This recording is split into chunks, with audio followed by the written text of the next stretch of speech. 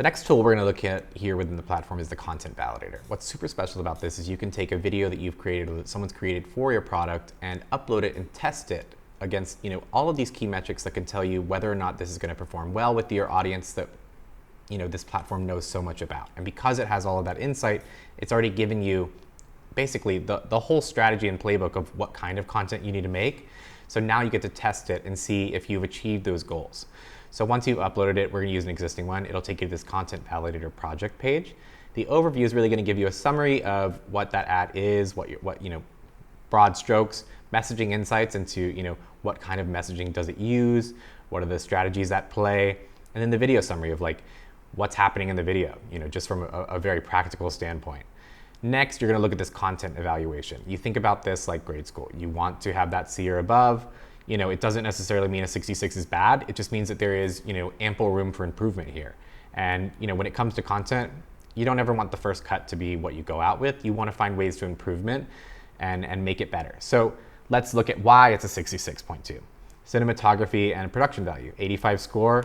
And you can also click on any of these things that it's identifying here and say, what's the suggestion for how it can make it better? So for the production value and cinematography, maintain steady camera movements and consider adding more dynamic angles. Great insight. There might already be a ton of shots that you could throw in that really do achieve this. Maybe there's, some editing tool that you can use to really stabilize things a little bit more. Some other things that looked at were audience surrogacy, 80% score. Next, we'll look down at messaging clarity. So it conveyed emotion, and that emotion was love. The language style, conversational. The language complexity, low. These are all great things, and it's identifying that's a great way that you would speak to this audience. Engagement potential. So visual appeal, super high. Ad creativity is good. Pace of speech, moderate.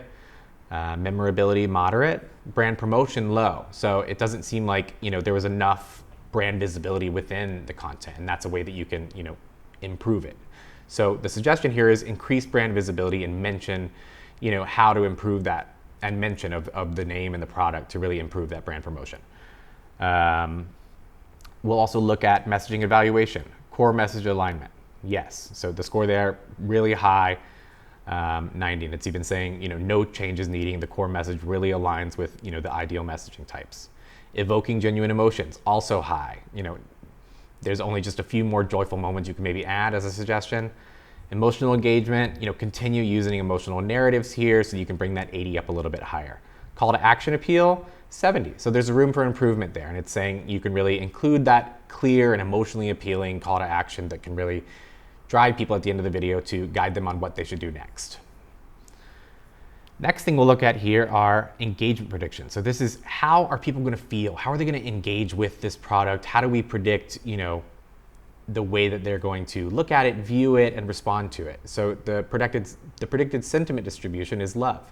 So this is, what's that core emotion that most people are going to feel when they watch this? It's love. Predicted sentiment distribution, 70% people will view this really positively, 10% negative, and 20% neutral. So the opportunity here is really in that neutral category. How can you bring up that 70 a little bit higher to have an even higher positive percentage? Some predicted engagement metrics here. There's engagement of 85%. So with that score, pretty high. So this is predicting how actively that audience is likely to engage with it. The message recall, what are they going to take away from this and be able to remember after they've watched it, tomorrow or an hour later.